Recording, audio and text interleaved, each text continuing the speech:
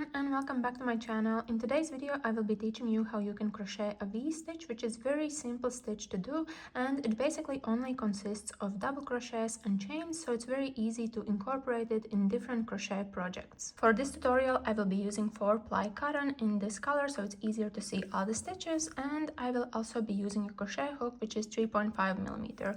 And to begin, we basically just have to grab our yarn and to do a slip knot, and for that I'm basically just holding my yarn like this, then I'm twisting it to create a cross shape, and then I'm pulling yarn through this loop to create a knot and a bigger loop, and then we're just grabbing our crochet hook and putting it on our hook and adjusting the size so this loop actually fits.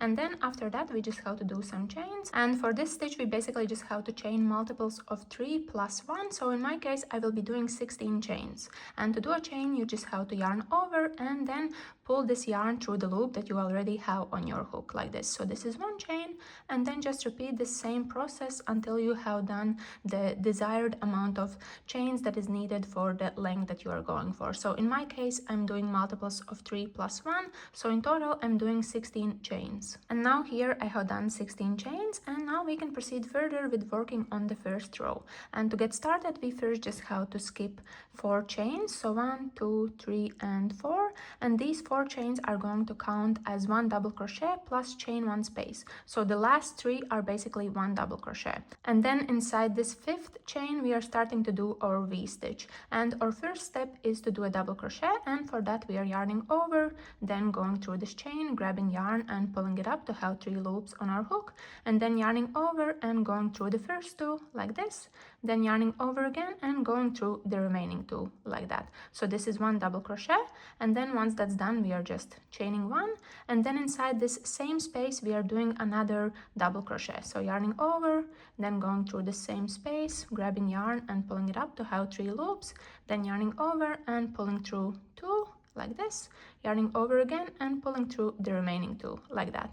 So with that we have basically created our first V-stitch, and for it to be more pronounced or to look better we just have to proceed further with the following stitches. So now to proceed further we basically just have to skip the following 2 chains, so 1 and 2, and then inside this third one this is where we are doing our V-stitch again. So right away I'm proceeding with this third chain that is from the space where we worked in just now and doing 1 double crochet. So I'm starting by doing that like this, so this is 1 double crochet, then after that I'm chaining 1, and then again in the same space doing another double crochet stitch, and with that we have basically created another V-stitch, and this is how it's looking so far.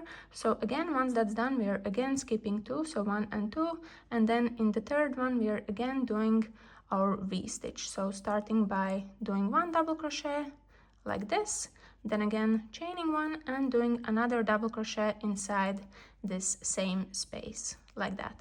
And this is basically what you have to keep on doing until you reach the last chain here. So again I'm just proceeding further with doing V-stitch in the third chain from where I had my last one, and then this is basically the last V-stitch that I'm doing here like this. And with that here you can see that I'm left with 2 chains, so I'm skipping 1, and then in the final one I'm just doing 1 double crochet.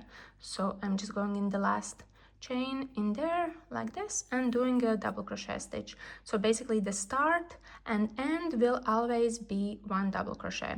And now we can proceed further with working on the following row, and for that we are first just chaining 3, so 1, 2 and 3, and this chain of 3 will always count as 1 double crochet, and then we are just turning our work and we can do our V-stitches. And in this case we will be doing our V-stitches inside this chain 1 space on top of the V-stitches from the first row, and that will apply for all of the following rows. So right away I'm going in there and doing 1 double crochet stitch like that, and then after that I'm just chaining 1 and doing another double crochet inside this same chain 1 space like this. So with that we have basically started our second row, and then once that's done we are just proceeding further with the next space, and again doing 1 double crochet like this, and then chaining 1 and doing another double crochet inside this same space like that. So this is how it's looking so far, and then again proceeding with the next V-stitch and doing a V-stitch inside this chain one space that we basically have in the middle of our V-stitches, like that. And then just one more here at the very end, basically inside the last one. So I'm doing one inside there, like this. So now I have reached the end of this row, and then on top of this third chain from the very beginning, we are again just doing one double crochet. So I'm going in there and doing a double crochet stitch like this.